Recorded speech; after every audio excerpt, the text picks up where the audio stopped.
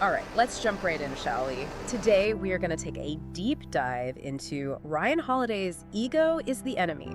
Ooh, I love that book. It's a good one, right? Yeah. So we've got some excerpts from the book. And our mission is to try to understand how this ego, can really trip us up. It's sneaky. It is sneaky. Yes. On the path to success and how we handle failure, how we deal with failure. Absolutely. All that good stuff. I think what's so interesting about the way Holiday breaks this down is that he looks at ego at all these different stages of like our journey. Yeah. You know? Yeah. We're talking when you're just aspiring to do something, when you first taste success, and then when you fail. Right. All of those things, ego comes into play. Yeah. And to kick things off, Holiday throws this quote at us from Richard Feynman, Oh, yeah. who was a physicist, and it's a good one. Love Feynman. The first principle is that you must not fool yourself, and you are the easiest person to fool. Oh, that's so good. How does that connect to this idea of ego? I mean, that is really the heart of it, Yeah. right? Ego is this, like, funhouse mirror, you know? Yeah. It's distorting reality. We see things clearly, but we're actually blinded by our own self-importance. Yeah. And it really keeps us from being able to collaborate with people, learn, recognize opportunities, all those things. So it's like the ultimate saboteur, Yes. holding us back Yeah. from reaching our full potential. Precisely. Yeah, and Holiday makes this really interesting distinction between confidence and delusion, Yes. right? And he says that confidence is earned. Right. You work hard, Through effort. you gain skills, and you have this sense of, I can do this. Exactly. Ego is this like inflated sense of self-importance that's like unearned. Yeah. It's almost like stolen or borrowed. It's borrowed confidence, for sure. Like wearing a medal you didn't earn. Yes. Right. So let's get a little bit practical here. Sure. How does this ego thing actually play out? Yeah. In those early days when we were just like fired up and chasing our dreams. Yeah. That's the aspire stage, as Holiday calls it, right? Yeah. So how does this ego manifest? Yeah, so he uses General William Tecumseh Sherman Okay. as an example here. Interesting. Yeah, so Sherman, his rise to success, it wasn't like this flashy overnight thing. Okay. It was slow, it was steady, built on this foundation of constant learning. He was all about honing his craft and not about chasing headlines. Which is so counter to what we see today. Totally. Right. Yeah. Everyone wants instant gratification. Oh my gosh, yeah. And instant fame, yeah. Yes. But Sherman actually refused a promotion early on in his career because he felt he needed more experience. Right. He needed more time to learn, to grow, to develop. Totally, yeah, like prioritizing growth over that immediate ego stroke. Yeah, you know, that's right. which I think is so interesting. Yeah, and he really embodies this idea of internal validation. Yeah. He's not looking for outside sources to tell him he's good. He's not looking for pats on the back or likes on social media. Right. He's just driven by this desire to become the best version of himself. Right, like almost before any of that existed, right? Yeah. Like he was just focused on the task at hand and being good at what he did. Which is so refreshing Yes. to think about in this world where there's just this constant, like, Oh, yeah. you know, Self-promotion? self-promotion and just quest for external validation. Yeah. Are we so busy broadcasting our intentions that we forget to do the work, you know? Totally, yeah. And Holiday uses the example of Emily Gould, the writer, who, you know, she's working on a novel, but she gets so caught up in the world of blogging and social media. Right. And she actually struggles to finish the book. It's like this siren song of external validation just pulling her off course. Exactly. Yeah, and it's so seductive. Yeah. Right? So she's got this big dream, but she's so busy curating this online persona that the actual work, the heart of it all, gets pushed aside. Exactly. That's a cautionary tale right there. It is, and it reminds me of something that Kierkegaard said, and I'm paraphrasing here, but, you know, all this talk and hype, it can actually sap our energy and prevent us from taking action. Okay, so how do we escape that? Right. If that's the trap, how do we escape it? How do we cultivate that internal validation, that inner strength that Sherman seemed to have mastered? That's the million-dollar question, isn't it? Yeah. And Holiday's answer is both simple and really profound, and that is silence and deep work. Ooh, I like that. Yeah. Yeah. Block out the noise, focus on the task at hand, let your actions speak louder than your tweets. I love that. Work hard in silence. Let success be the noise. There you go, yeah. Right. Timeless advice. It's a classic. Yeah. So conquer those inner demons, stay humble, and do the work. Yes, That sounds like a pretty solid game plan. I think so. But what happens when we actually achieve success? Oh, good question. question. Does the ego just like pack up its bags and go home? Right. Or does it find like sneakier ways to Oh, yeah. mess with us? It finds new disguises, for sure. Yeah, so that's where we're going next. That's where things get really interesting. Yeah. Stay with us. We're going to unpack how success can actually be even more dangerous than failure when it comes to this ego monster. That's true. All right, we'll be right back. So we talk about how ego can really sabotage us in that aspire stage. Yeah. But what about when we actually reach the mountaintop? When we actually hit success? You'd think that success would be the ultimate ego killer, right? Right. But Holiday suggests it might actually be the opposite. Yeah, he argues that success can actually be more treacherous than failure. Yeah. Because it's so easy to let it go to our heads. Right. And start believing our own hype, and that's when the real trouble begins. So instead of battling self-doubt, we're now wrestling with Overconfidence. overconfidence. Yeah, it's a whole other beast. That's a twist. It is. And to illustrate this point, he brings up Genghis Khan.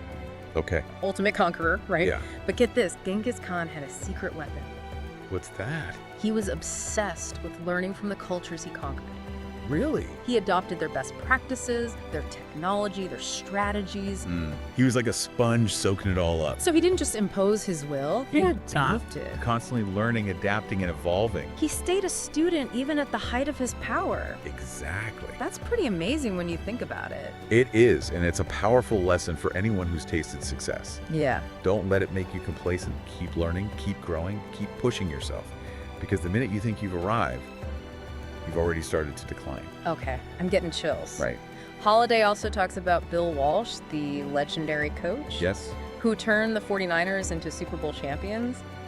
But even after achieving like the pinnacle of success in his field, Walsh was incredibly humble. He was. He refused to take all the credit for the team's success. Oh, wow. He acknowledged the role of luck, the contributions of his team, the gradual process of improvement that led to their victory. He understood that success is never a solo act. Exactly. And it's so easy to get caught up in our own brilliance, right? Totally. But acknowledging the contributions of others, the element of chance, that we're all standing on the shoulders of giants, that's what keeps us grounded. Absolutely. And this ties into another crucial point that Holiday makes about staying true to your values. Okay. Success can open all sorts of doors, right? Yeah. Tempt you with shiny offers and exciting opportunities, but if you're not anchored to your core values, it's easy to get swept away by the current and end up somewhere you never intended to be. And he uses the contrasting paths of Ulysses S. Grant and William Tecumseh Sherman after the Civil War to illustrate this, right? Yes. Grant got caught up in the allure of political power, while Sherman really stuck to his principles and his sense of duty. Exactly. Grant chased that external validation, while Sherman stayed focused on what truly mattered to him.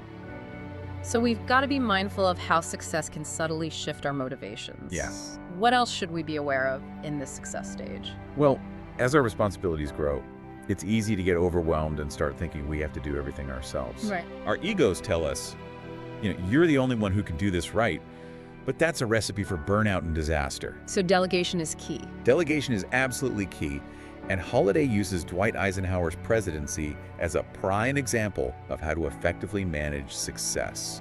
Okay. Eisenhower was known for his incredible organizational skills. Oh, yeah. Which he honed during his military career. He built systems, he empowered his team, he understood that effective leadership wasn't about micromanaging every detail, but about creating a well-oiled machine where everyone could thrive. And this contrasts sharply with someone like John DeLorean, the car executive, whose story is a cautionary tale about the dangers of ego-driven leadership. Yes, DeLorean was brilliant, no doubt about it. Yeah. But his ego and his lack of organizational skills ultimately led to the downfall of his company. Right, so organization, delegation, building a strong team, those are all crucial elements of navigating success without letting ego take the wheel. Absolutely. I like that. And speaking of leadership, Holiday brings up this really important point, which he calls subordinating ego for the greater good. Okay. And he points to General George C. Marshall as a prime example. Marshall was a key figure in World War II, right? Yes. And he was known for consistently putting the needs of the country above his own ambitions. He was even offered command of D-Day. He was. But he turned it down. He did. He felt he was more valuable in Washington, coordinating the war effort. Wow, that's a level of selflessness, that's pretty mind-blowing. It is. Marshall didn't need the glory, the headlines, the ego boost. He was driven by a deeper purpose, a commitment to something larger than himself. Which brings us back to that idea of internal validation, right? Exactly. When we're focused on a mission, a purpose that transcends our own individual desires, it really helps keep our egos in check. It does, and it leads to a more fulfilling kind of success, one that's not contingent on external validation or those fleeting accolades. Speaking of fulfillment, Holiday throws us one last curveball in this success section. He does. He brings up Howard Hughes, the eccentric billionaire. Oh, yeah. Who, despite his wealth and accomplishments, was deeply unhappy. Yeah. And it's a reminder that external success doesn't automatically equal inner peace. It doesn't. Hughes himself admitted that if anyone had swapped places with him, they'd probably want to swap back within a week.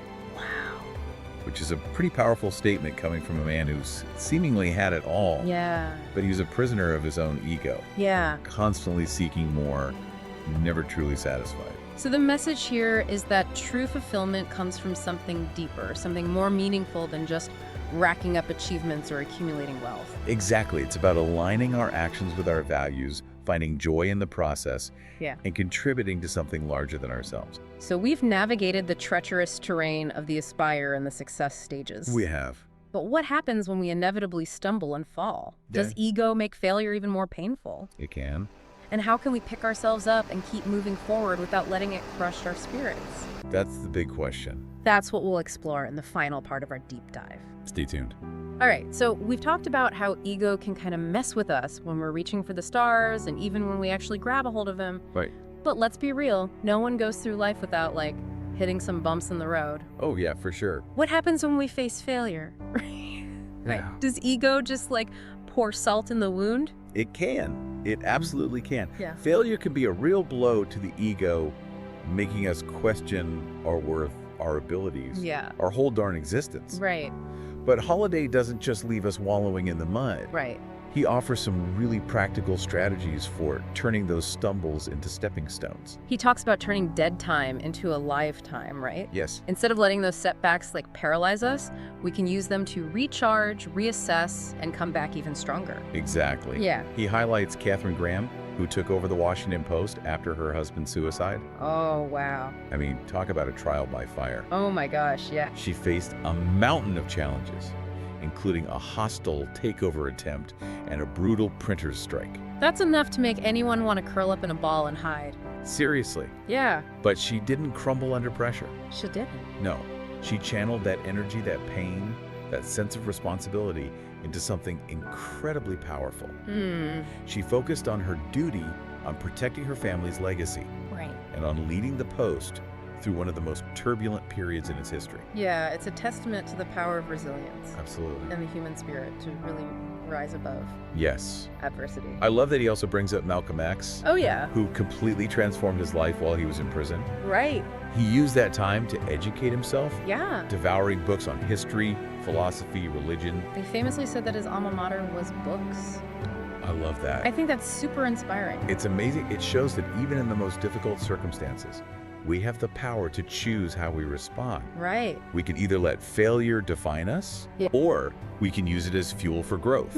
Right. Malcolm X chose the latter, He did. and he emerged from prison a powerful voice for change. So the key takeaway here is that even when we're flat on our backs, we have a choice. Yes. We can wallow in self-pity, Right. blame the world for our misfortunes, or we can use those experiences to learn to grow, to become a more resilient and compassionate human being. Yes. And this is where humility plays a crucial role. Okay. Holiday emphasizes the importance of avoiding the blame game. Right. It's so easy to point fingers when things go wrong, Oh, yeah. to make excuses to play the victim. But ultimately, taking ownership of our mistakes is the only way to learn and grow from them. He brings up Bill Walsh again. Yes. And after a disappointing losing season with the 49ers, Right. Walsh didn't throw a tantrum He didn't. or blame his players. No. He took a step back, Yeah, analyzed what went wrong, and focused on making adjustments for the next season. that's it. He understood that failure is feedback. It's an opportunity to learn, to adapt, to evolve. Exactly. And to do that effectively, we need to be able to silence that inner critic, that voice of ego that's telling us we're not good enough, that we're a failure, that we should just give up. Right. It takes practice. It does. But the more we can cultivate that sense of self-compassion, that willingness to acknowledge our shortcomings without beating ourselves up, the better equipped we'll be to handle those inevitable setbacks. Absolutely. This reminds me of the sunk cost fallacy. Oh, yes. Which Holiday touches on. Yeah. It's that tendency we have to keep throwing good money after bad, Right. to cling to a failing project or a relationship long after it's time to let go. Yes. And he uses John DeLorean as an example. Yeah, after the failure of his car company, instead of accepting defeat, Right. he gets involved in this desperate drug deal, Oh, wow. trying to recoup his losses. Wow. It's a classic example of ego refusing to admit defeat, Right. and it leads to even bigger problems down the line. So how do we know when to persist and when to pivot? Right. When is it time to double down, and when is it time to walk away? That's a tough call. There's no magic formula. Right. But Holiday suggests that honesty and objectivity are key. Yeah. We need to be able to step back from the situation, assess it clearly, and make a decision that's in our best interests, even if it hurts our pride. And sometimes that means admitting defeat. Yes. But that doesn't make us a failure. Yeah. It just means we're wise enough to recognize when a battle is no longer worth fighting. Exactly. And this brings us to a really interesting concept that Holiday introduces. Okay. Amor fati. Amor fati. It's a Latin phrase that basically means love of fate. Okay. And it's about accepting, even embracing what happens, both the good and the bad. That sounds incredibly difficult, It is. especially when we're dealing with painful experiences. It is, but Holiday uses the example of Belisarius, Okay. this brilliant Roman general who, despite achieving incredible victories, was repeatedly betrayed and punished by the emperor he served. Oh, wow. It's a tragic story. But Belisarius never wavered in his dedication to duty. He understood that life isn't always fair, Right. that sometimes bad things happen to good people, Yeah. but he chose to focus on what he could control. His actions, his character, his commitment to serving something larger than himself. It's a powerful reminder that even when life throws us curveballs, we have the power to choose how we respond. Yeah. We can either become bitter and resentful, Yeah. or we can find a way to make meaning out of our suffering. And that's where love comes in. Yes. Holiday reminds us that love in all its forms, love for our work, love for our fellow human beings, love for the journey itself can be a powerful antidote to the poison of ego. Absolutely. He circles back to Orson Welles and how he handled William Randolph Hearst's attempts to destroy Citizen Kane. Oh, yeah. Welles could have easily gotten sucked into this battle of egos with Hearst, Right. but he chose a higher path. He Right. focused on his art, on letting the work speak for itself. It's a testament to his inner strength Yes. and his unwavering belief in his creative vision. Yes. He refused to let someone else's negativity dim his light. And this ties into the example of Frederick Douglass, who refused to be defined by the racism and cruelty he experienced. Right. He understood that his true worth came from within, not from the opinions of others. He chose love over hate, self-respect over self-pity. So in this failure stage, we're talking about turning dead time into a live time, Yes. embracing humility, avoiding the sunk cost fallacy, accepting what happens, Yes. and choosing love over ego. It's a lot to process. It is. But these are some incredibly valuable strategies for navigating those inevitable bumps in the road. They are. And ultimately, it all comes back to this fundamental truth. Ego is the enemy, especially when we're facing challenges. Right. But it's not an invincible enemy. Okay. By recognizing its seductive power, by understanding its many disguises, and by consciously choosing to act from a place of humility, purpose, and love, we can break free from its grip and achieve a level of success and fulfillment that's beyond our wildest dreams. So if you're ready to embark on this journey of ego slaying, I like that. I highly recommend checking out Ego is the Enemy. Yes. It's a powerful and practical guide to navigating the challenges of life with greater self-awareness, resilience, and purpose. I agree. And as you go out into the world, remember this. Imagine what your life would be like if you were able to completely detach from your ego. What would you do differently? What relationships would you repair? What dreams would you finally pursue? Ooh, that's a good one. The answers to those questions might just surprise you. Yeah.